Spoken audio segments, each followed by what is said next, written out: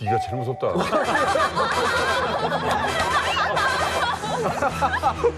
요건이 맞긴 해.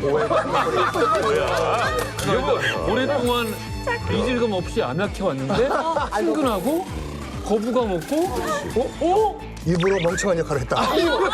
천재적인 모습이 있거든. 천재가 다 한 건데. 역사 공부 다 해. 순간순간 이게 드러나잖아. 그렇죠. 똑똑하다는 게. 감추려고 안경 펴지는. 아니 진짜 우리나라에 어떤 유명 가수가 있었는데 그 가수가 춤을 춰요. 이게 국에 보내는 암수다. 암호다. 진짜로요? 그래서 이게 너무 소문이 커져서 이거 누구 춤? 전 국민이 다 알아버린 거예요. 김추자 아니 김추자. 그러니까 김추자 씨 그거 있지 않습니까? 아마 지금 너튜브 검색하시면 나올 것 같은데 손 찍을 때 알려. 뒤에 시계에 숫자판 놓으면은 난수표가 나온대고 2, 4, 6, 8, 24 뭐 이런 식으로 시간을 더해라 이거를.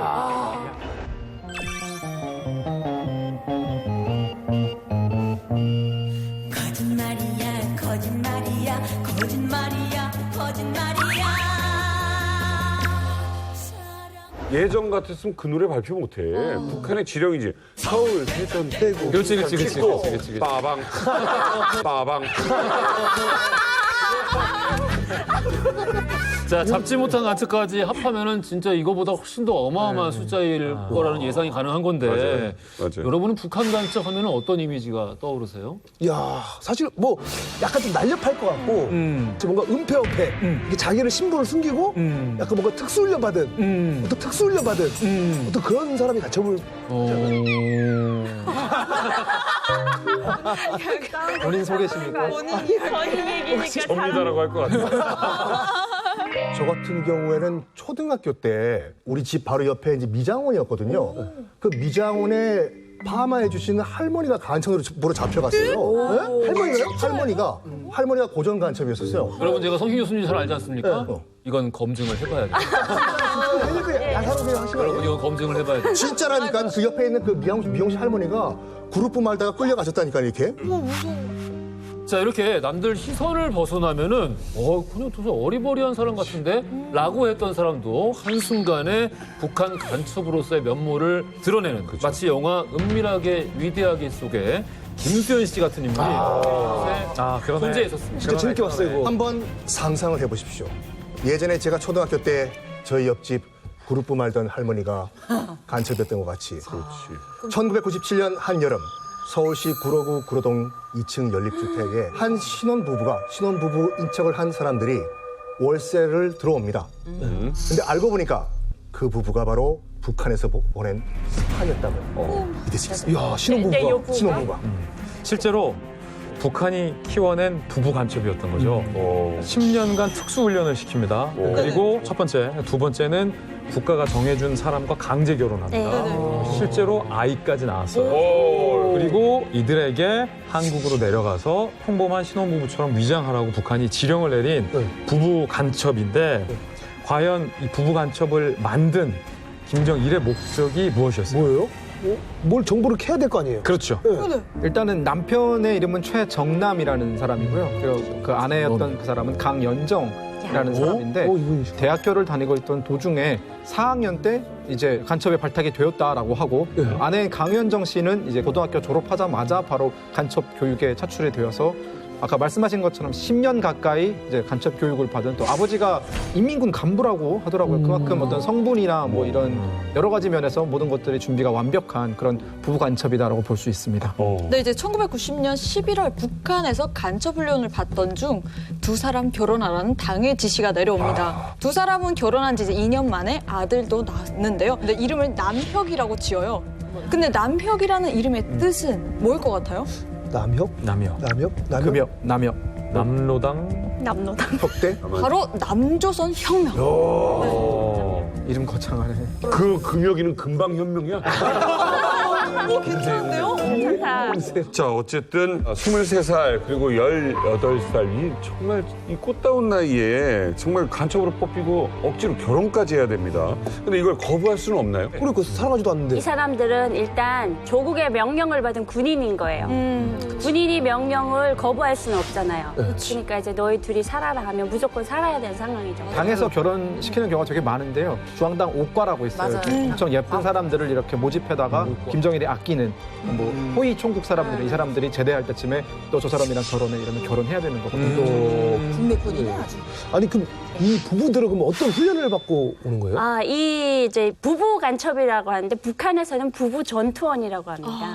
예, 부부 전투원들을 김정일이 그런 얘기를 했어요. 부부 전투원들을 많이 양성시키라고. 왜냐하면 북한 입장에서는 이 부부를 이제 내보냈을 때 한 명이 이제 하다가 죽어도 한 사람이 마지막까지 임무를 수행할 수도 있고 그리고 서로 또 이제 이렇게 감시가 되다 보니까 일석이조인 거죠. 그래서 여기 이제 최정남 강연정 부부도 이런 경우를 이제 코스를 밟아서 부부 전투원이 됐는데요. 육체 훈련 뭐 시작해서 정말 아무것도 없는 맨 산에 둘이 풀어놔요. 그래가지고 니네가 먹고 알아서 살아나면 데려가고 죽으면 그냥 땡. 야, 이런 정도. 우애는 되게 돈독해지겠다. 그다음 더 제일 중요하게 하는 이제 훈련이 대한민국에 대해서 알아야 되잖아요.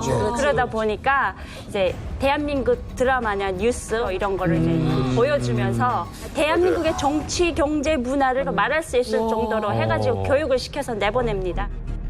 우리 이제 운동 때 운동권 시절에 네네. 나도 이제 임무를 받았거든. 유인물이라는 임무가 있어. 아니 우리 이제 운동권에서 그때 뭘 했냐면은 여자 후배를 붙여준 거야. 그래서 둘이서 연인 행세를 하는 거지. 연인 행세를 해가지고 인천에 이제 공단에 거기 첫날에 가가지고 둘이서 손잡고 데이트하는 거 하면서 이렇게 초소들이 어디 있는가 보고 다음날 유인물 갖고 와서 이렇게 뿌렸거든. 근데 그때 이제 묘했거든. 그래서 너무 좋은 기억이잖아. 너무 좋은 기억, 너무 아름다운 추억이었어, 다. 자, 부부 의사도 아니고 부부 교사도 아니고 상상도 못할 부부 간첩. 북한 당국의 지령을 받은 그들은 1997년 8월 드디어 남한의 모습을 드러내게 됩니다. 1997년 8월 2일 밤 11시경 거제도 앞 봉해상에서 반잠수정이 모습을 드러냅니다. 거기서 남녀 한 쌍이 특수 잠수 장비, 전문용어로 잠수복이라고 하죠. 그걸 입고 입수를 해요. 그리고 30분 동안 수영을 해가지고 거제도 앞바다에 도착을 합니다. 근데 문제는 뭐냐면 잠수함을 타고 거제도 앞바다까지 왔는데 왜 우리 해군은 적발을 못했어요? 그러게 못 봤어요? 안 보였나? 그때 거제도 해안에는 외부에서 오는 선박들을 탐지하는 레이더 기지가 있었대요. 그럼 잡아야지. 그런데 이 잠수함에다가 얘들이 이제 스텔스 물질을 발라놔. 당시의 기술로는 우리가 그걸 탐지할 수가 없었다고 그러더라고요. 27년인데? 예. IF라서 그랬나? 그럴 수도 있겠다. 그래서 못 쏴가지고. 간첩 맞아. 봐봐, 순간순간 버티니까. 순간 내가 생각지도 못한 얘기를 하잖아. 쏴가지고. 그래서 이 부부가 내렸잖아요. 그래. 이들에게 뭐가 있었냐? 권총 2자루, 그다음에 북한에서 받은 공작금 그때 당시 3천만 원. IMF에서 3천만 원? IMF 3천만 원. 아파트 그리고 값인데? 대한민국 주민등록증과 경찰 신분증까지. 위조겠죠. 대박이다. 아니 그러면 이 10년이나 이렇게 빡세게 훈련했잖아요. 그럼 어쨌거나 북한에서 그럼 엄청난 임무를 줬겠네요? 이 자리에서 공개할까요? 아시죠? 반에서 자유로운 임무를 주는 거야. 첫 번째 미션. 첫 번째 미션. 첫 번째 미션. 슈퍼 옥수수 씨앗을 가져와라. 얘 문익점이야? 뭐야? 아니 그냥 갈라 그러지. 아무튼 당시에는 그게 너무 중요한 문제였던 거예요. 왜냐하면 그때 당시 옥수수 박사라고 유명한 교수님 계세요. 경북대학교의 김순건 박사님. 이 김순건 옥수수 씨를 심으면 수확량이 2배예요. 당시에 뉴스에서 봤던 기억나. 슈퍼 옥수수. 최근까지도 간첩 파견할 만하다, 야. 그래. 그런데 그때 재밌었던 건 그때 당시에 김순건 박사 개발했던 옥수수는 사료용 옥수수였어요. 이게 좀 서글픈 건데 북한은 그때 당시에 식량난이 너무 심했기 때문에 사료가 어딨어. 사람용과 사료용을 구분한 형편이 안 됐던 거예요. 일단 사료용이라도 갖고 와서 심어서 경장량 2배, 3배, 4배 하는 게 북한 입장에서는 굉장히 절실했던 거죠. 이게 지금 이해가 안 될지 모르지만 당시에 그 농작물에 관련된 권리를 어마어마하게 세계가 전쟁할 때 그래서 IMF 때 우리나라 청양고추가 해외 다국적 기업에 팔리고 지금도 고추 먹으려면 청양고추 먹으려면 외국에 로얄티를 내야 돼요. 중요한 문제예요. 당시 그 북한은 고난행군 때였습니다. 저도 그때는 북한에 있었고 그때 뭐가 제일 많이 생겼었냐면 소토지밭이 생겼습니다. 소토지밭? 소토지밭이요. 그러니까 배급을 타던 사람들이 고난행군이 되면서 배급이 중단됩니다. 그러면서 모든 사람들이 종자를 한 줌을 가지고 산에 올라갑니다. 그래서 땅을 개간을 해가지고 농사를 짓기 시작해요. 국가를 믿을 수가 없는 거예요. 신화전민이구나. 그렇죠. 그래서 그때부터 북한 산에 다 그냥 나무가 없기 시작해요. 그게 시작이라고 그게 보면 됩니다. 원인이죠. 그럼에도 그때 당시 그 농사가 잘 안 됐어요. 그때 이 10년 동안 훈련시킨 간첩을 북한에서 그 한국에 그 종자를 가져오라 얼마큼 그때 당시 고난행군이 심각했는가, 식량난이 심각했는가를 좀 단편적으로 보여주는 예인 거죠. 그래서 두 번째 임무는 뭐였나요? 두 번째 임무는 우리가 앞서 봤었던 이만감의 시크릿 코드와도 연관이 있습니다. 예? 두 번째 미션, 간첩 부부에게 배신자 황장엽이 어디 사는지 주소를 알아오라. 끔찍해. 그래서 그때 경호원님 오셔가지고 그때 안 들키게 막 이렇게 하신다고 그랬어요. 맞아. 안가. 그래서 안가를 둔 거죠, 우리가. 2003년부터 2009년까지 황장엽 선생님을 근접 경호를 했었고요. 안가라는 곳은 따님도 몰랐다는 게 사실이에요? 예, 아무도 몰랐죠. 거기는 예, 노출되면 안 되는 그런 가오기 때문에 노출될 겁니다. 또 다음 임무. 세 번째 미션도 황당해요. 뭐예요? 남조선의 버스 운행표, 비행기 시간표, 그리고 대한민국의 전자 주민등록증을 가져와라.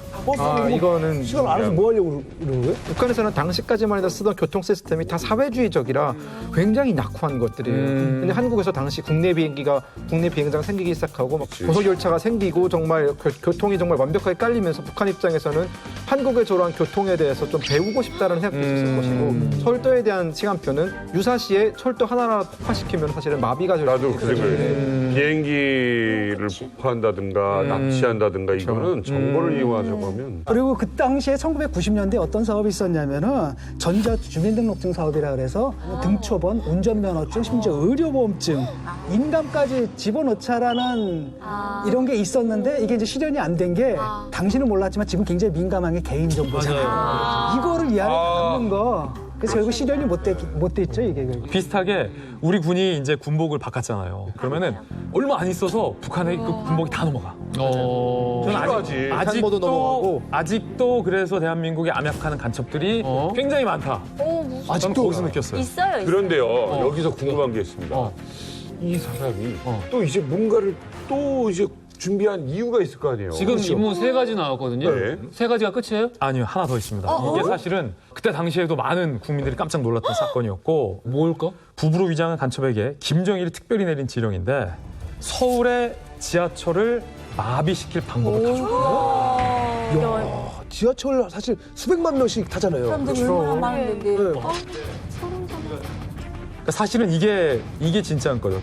위조 주민등록증 가져와라, 서울의 지하철을 마비시킬 방법을 가져와라. 이게 사실 진짜인 거죠.